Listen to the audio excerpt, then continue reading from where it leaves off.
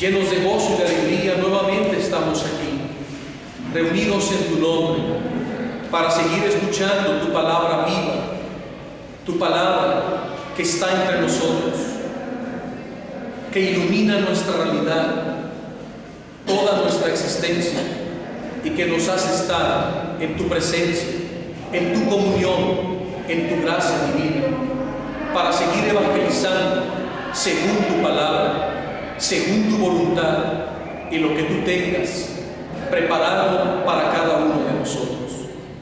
Nos disponemos, Señor, a escuchar tu palabra con un espíritu humilde y generoso, abiertos para recibir lo que tú nos quieras comunicar ahora y siempre, y que todo sea para la mayor gloria de nuestro Padre Celestial.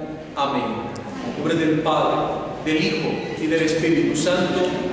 Amén. Pablo en Éfeso va a tener enfrentamientos. Yo les comunicaba la vez pasada, Éfeso, la capital de Asia en la antigüedad, hoy Turquía. Pero ¿qué pasó ahí? Estaba el templo de la diosa Artemisa. Y Pablo, al empezar a predicar, pues va a crear una reacción en contra de ese culto idolátrico, al punto de que se arma un motín contra San Pablo. Hechos de los Apóstoles, capítulo 19, verso 21. Después de esto, Pablo tomó la decisión de ir a Jerusalén, pasando por Macedonia y Acaya. Pensaba, después de estar allí, debo visitar también Roma. Envió dos de los que lo ayudaban a Macedonia, Timoteo y Erasto, y él se quedó todavía algún tiempo en la provincia de Asia. Por entonces, a causa del camino cristiano, se produjo una gran revuelta. Un tal Demetrio, un orfebre, que fabricaba en plata reproducciones del templo dedicado a la diosa Artemisa y proporcionaba a los artesanos buenas ganancias. Reunió a estos y a los demás del mismo oficio y les dijo: ustedes saben bien que este trabajo es la causa de nuestro bienestar, pero como pueden ver y oír, ese Pablo ha logrado convencer a muchos, no solo en Éfeso, sino también en toda la provincia de Asia, de que no son dioses los que se fabrican con las manos. Este tal Demetrio estaba muy molesto con San Pablo, debido a que con la predicación de la palabra del apóstol, el número de los discípulos aumentaba, y con esto habían bajado considerablemente las ganancias de reproducciones de la diosa Artemisa en plata y del templo. Era un negocio redondo. Cuando Pablo acaba con aquel culto, pues estos quedaron en quiebra, porque ahora todos creían en Jesucristo, o la mayoría se estaba convirtiendo. Pero este hombre le va a provocar un problema al apóstol San Pablo. Él quiere boicotear la obra, y vean lo que va a hacer. Les dice: corremos el peligro no solo de que nuestro oficio se desprestigie, sino también de que se pierda el respeto al templo de la gran Artemisa, y de que venga a arruinarse la majestad de aquella a quien venera toda la provincia de Asia y todo el mundo. Al oír esto, se enardecieron y comenzaron a gritar: grande es Artemisa de Éfeso. El desorden se extendió por toda la ciudad, que se dirigió en masa hacia el teatro, llevando por la fuerza a los macedonios Gayo y Aristarco, compañeros de Pablo. Pablo quería presentarse ante el pueblo, pero los discípulos no se lo permitieron, porque lo que pretendía este tal Demetrio y los demás del mismo oficio, al crear este tumulto en Éfeso y calentar los ánimos y reunir a 30,000 personas en el anfiteatro romano, 30,000 personas, todas enardecidas gritando como locos. Lo que pretendía el tal Demetrio era precisamente hacer llegar a Pablo ahí. ¿qué hago? Capturo a 2 de sus discípulos, los pongo en medio del teatro, en medio de la gritería, tiene que venir San Pablo. Y una vez que entra, le damos muerte. Esas eran sus intenciones. Una emboscada. Y como los discípulos de Éfeso conocían a este hombre tremendo, no, Pablo, no puedes ir. Es una trampa para ti. Es una emboscada. No se trata de hacerla al valiente. Si vas, ahí mismo te van a matar. Deja que Dios resuelva las cosas. Vean lo que pasó. Dice enseguida, al oír esto, se enardecieron y comenzaron a gritar: grandes Artemisa de Éfeso. El desorden se extendió por toda la ciudad, que se dirigió en masa hacia el teatro, llevando a los 2 discípulos del apóstol. Dice el verso 31, incluso algunos ocupaban altos cargos en la provincia de Asia, que eran amigos de Pablo, se opusieron radicalmente para que el apóstol por ningún motivo se presentara en esa reunión violenta, porque peligraba. Cada uno gritaba una cosa. La asamblea estaba sin control y la mayoría no sabía por qué se habían reunido. ¿Qué les parece? ¿Ven cómo es la gente? Escuchan un tumulto y ahí van a echar gritos. Ven que la gente está aventando cosas, también se ponen a aventar. Ven que la gente está alegando, pues ¿de qué alegan? ¿Quién sabe? Tú alegas. Oye, ¿por qué gritan? No sé, pero tú gritas. Así es la gente. ¿Se han fijado? Sí. Vean en los estadios esa psicosis colectiva. ¿Se han fijado? Unos cuantos empiezan un desorden y los demás lo siguen. ¿Se han fijado? Algunos ponen comportamiento y todos se comportan. Otros ponen desorden y todos se hacen desordenados. O sea, las masas son como una veleta que se inclinan a donde la orienta el viento. Así son las multitudes. La gente estaba toda alocada y ni siquiera sabían cuál era el propósito de esa reunión. Eso es lo sorprendente. Todos estaban alocados, unos una cosa, otros otra. Empujado por los judíos, salió de entre la multitud un tal Alejandro, el cual hizo señas con la mano dando a entender que quería hablar al pueblo. Pero en cuanto supieron que era judío, se pusieron todos a gritar durante casi 2 horas. ¿No era un descontrol total? 2 horas gritando como locos, sin sentido. Grandes Artemisa de Éfeso. Por fin, el secretario de la ciudad logró calmar la multitud y dijo: Efesios, todo el mundo sabe que la ciudad de Éfeso es la encargada de proteger el templo de la excelsa Artemisa y de su estatua venida del cielo.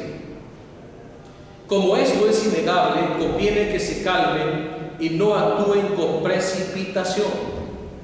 Han traído a estos hombres, pero no son sacrílegos ni blasfemos contra nuestra diosa. Y si Demetrio y los artesanos de su oficio tienen algo o alguna queja, para eso se celebran asambleas públicas y hay vicecónsules que recurran a ellos y defiendan unos y otros sus derechos. Si tienen algo más que reclamar, háganlo en el tribunal, porque corremos el peligro de ser acusados de rebelión, ya que no podemos alegar ningún motivo que justifique esta revuelta. Y dicho esto, se disolvió la asamblea. Ven un ataque más para la evangelización, un escándalo masivo. Pero Pablo se mantendrá firme y actuará. Cuando se calmó la revuelta, Pablo llamó a los discípulos para darles ánimo. Después se despidió de ellos y partió para Macedonia. Pablo ya no tenía nada más que hacer en Éfeso. La misión había concluido. La semilla de la fe había sido sembrada.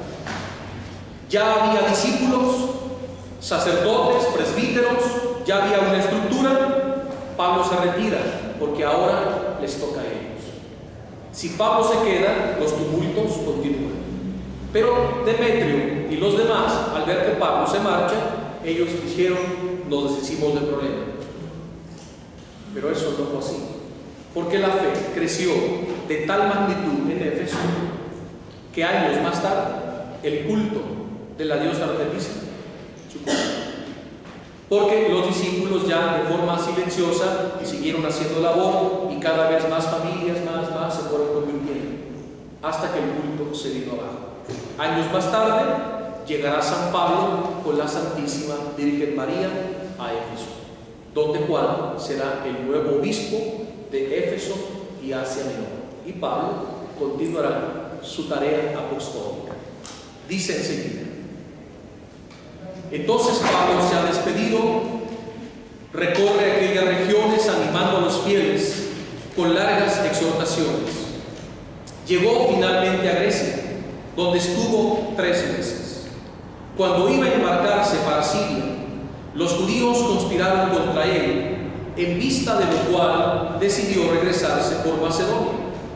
Lo acompañaba Sópater, hijo de Pirro, de Berea, Aristarco y Segundo, el de Tesalónica, Gallo de Derbe, Timoteo, Tíquico y Trófimo de la provincia de Asia. Este era parte del equipo misionero de San Pablo. Estos se adelantaron y nos esperaron en Troado. Nosotros nos embarcamos en Filipos, después de la fiesta de los panes sin levadura, y al cabo de 5 días nos alcanzamos en Troade, donde nos detuvimos ahí 7 días, una semana. ¿Y qué pasó en Troade? Una iglesia fuerte, fervorosa, que tenía muchos discípulos. Y como Pablo al día siguiente tenía que partir, el domingo se habían reunido para celebrar la misa. Pero como Pablo tenía tantas cosas que decirles e instruirles, durante la homilía de San Pablo la alargó y la predicación se hizo larguísima, al punto que era medianoche. Era como las misas del Padre Pío. Como las misas del Padre Pío. Esta homilía duró toda la noche hasta que amaneció. Pero en esto un joven llamado Eutiquio se quedó dormido, y como estaban en una habitación de un 3er piso donde estaban celebrando la misa, vean lo que aconteció. El domingo, porque es el día del Señor, el día en que Cristo resucitó, el domingo nos reunimos para la fracción del pan. ¿Qué es la fracción del pan? Eucaristía. La Eucaristía, la misa. Pablo, que tenía que irse al día siguiente, les estuvo hablando y prolongó su predicación hasta la medianoche. Había abundantes lámparas en el salón donde estábamos reunidos. Un joven llamado Eutiquio estaba sentado al borde de una ventana, y como Pablo se alargaba en su predicación, se fue quedando profundamente dormido. Vencido finalmente por el sueño, el muchacho se cayó desde el 3er piso, y cuando lo recogieron estaba muerto. Se mató. Imagínense la altura, 3 pisos. Se abrió todo. Se mató un joven. Pero mira dónde estaba el muchacho, al borde de una ventana. ¿Qué hacía un joven ahí? A los muchachos les gusta el peligro, les gusta estar entre la vida y la muerte. Y como Pablo seguía alargando a medianoche su predicación, el joven empezó a bambolearse entre el sueño y escuchando. Finalmente se queda dormido y se va y se mata. Impactante. Imagínate la tumba al ver cómo el muchacho cae, un cadáver. Pero vean el milagro. Dice enseguida: Pablo entonces bajó, se tendió sobre él, lo tomó en sus brazos diciendo: no se alarmen, porque está vivo. Volvió a subir, partió el pan y después de comer continuó conversando largo rato hasta que amaneció. Después se fue. En cuanto al muchacho, lo llevaron vivo, con gran consuelo para todos. Aquí tenemos un milagro de resurrección. Pablo vuelve a la vida al joven Eutico. Como Jesús a Lázaro, como Jesús al hijo único de la viuda de Naín o a la hija de Jairo, o como Pedro a Tabita. ¿Conocen ese otro pasaje? Cuando Pedro estaba en Jope, fue a Lida, sana a un paralítico, y cuando regresa a Jope, Tabita o Gacela ha muerto. Y está tendido su cuerpo, saca todo, se postra y la vuelve a la vida. Jesús confirió este poder a sus santos apóstoles. Y Lucas, en Hechos de los Apóstoles, nos narra cómo lo hacía Pedro y ahora cómo también el Espíritu del Señor, a través del apóstol San Pablo, vuelve o revive al joven Eutico que se cayó del tercer piso y se mata. Pablo se tiende sobre él y en el nombre de Jesús lo retorna a la vida. Un milagro sorprendente. ¿Lo habían escuchado este? Me da la impresión de que muchos nunca lo habían escuchado. Pues ahí está, un milagro portentoso. Cuando Pablo había decidido hacer el viaje por tierra, nosotros nos embarcamos con anterioridad y nos dirigimos a Aso, en donde debíamos recogerlo. Cuando nos alcanzó en Aso, subió a bordo con nosotros y fuimos a Mitilene. De allí por mar llegamos al día siguiente a la altura de Quío. Al otro día seguimos costeando rumbo a Samos y al día siguiente llegamos a Mileto. Pablo había resuelto pasar de largo por Éfeso para no perder tiempo en la provincia de Asia. Se daba prisa, pues quería estar en Jerusalén el día de Pentecostés. ¿A dónde llegaron? A Mileto. Mileto, como Éfeso, era una ciudad portuaria. Hoy Éfeso bíblica son ruinas arqueológicas y está la parte moderna que se llama Usadasa. Lo mismo pasó en Mileto. El mar se retiró 10 kilómetros. Lo mismo pasó en Éfeso. Mileto y Éfeso eran dos ciudades portuarias, pero el río Meandros es un río muy caudaloso, pasa por ahí y desemboca en el mar. Y el río Meandros va jalando aluviones. ¿Qué son los aluviones? Piedra, tierra, todo lo que el río va arrastrando. Y entra con tal fuerza al mar que va descargando todos los aluviones. Y todo ese sedimento que el río va arrojando al mar, se van formando vados, o sea, contenedores de arena por debajo del agua. Y con el correr de los siglos, siglo, 2, 3, 4, todos esos aluviones hacen que el mar retroceda. Y de hace 2000 años, ahorita lleva ya 10 kilómetros el mar. Entonces todo lo que un día fue mar ya es planicie llena de vegetación. Impresionante, ¿no? Como un río es capaz de retroceder las aguas del mar Mediterráneo. Entonces cuando el mar se retira, estas ciudades se acabó la vida, porque vivían del puerto, de la pesca, de todo lo que ofrecía el mar. Hoy también peregrinos que verdaderamente aman a San Pablo y que quieren hacer la ruta de San Pablo y conocer estos lugares, pues tienen que caminar mucho. Si tú tuvieras la oportunidad de ir a Mileto, ¿irías? ¿Sí irían a Mileto? Aunque fueran ya ruinas arqueológicas. Y también a Éfeso y a todos los lugares donde tuvo San Pablo. Pues una ocasión yo llevaba un grupo y el objetivo era recorrer fielmente la ruta de San Pablo. Entonces este viaje lo hicimos en el año 2000. Salimos de aquí, hicimos Tierra Santa y luego empezamos a recorrer todo Turquía. Fuimos a Tarso, donde nació San Pablo, a su casa natal. Fuimos a Mileto, fuimos a Éfeso, todo lo que están escuchando aquí. Entonces fue un viaje larguísimo. 32 días nos aventamos. 32 días. ¿Cómo? A pie, en avión, en tren, en autobús, como se podía. Y bueno, pues fue todo un éxito, un viaje cansado, pero lleno de vivencias.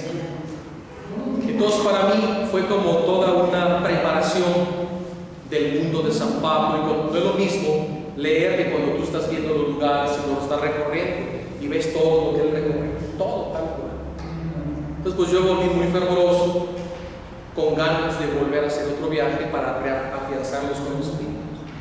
Entonces se juntó otro grupo de gente del instituto y de escuelas bíblicas, pero también se nos unió gente que se entera, pero que no tienen la formación ni el amor a la Biblia ni a San Pablo. Entonces como yo ya conocía muy bien la ruta, pues ahí vamos. Entonces hicimos la misma ruta. Entonces cuando llegamos a Éfeso, pues el camión te lleva a Mileto, pero te deja, no pueden entrar los camiones porque ya no hay brecha, tú la tienes que hacer, es puro arbusto. Entonces tú vas y a veces te espinas, te raspas, el calor, y caminas entre pura hierba.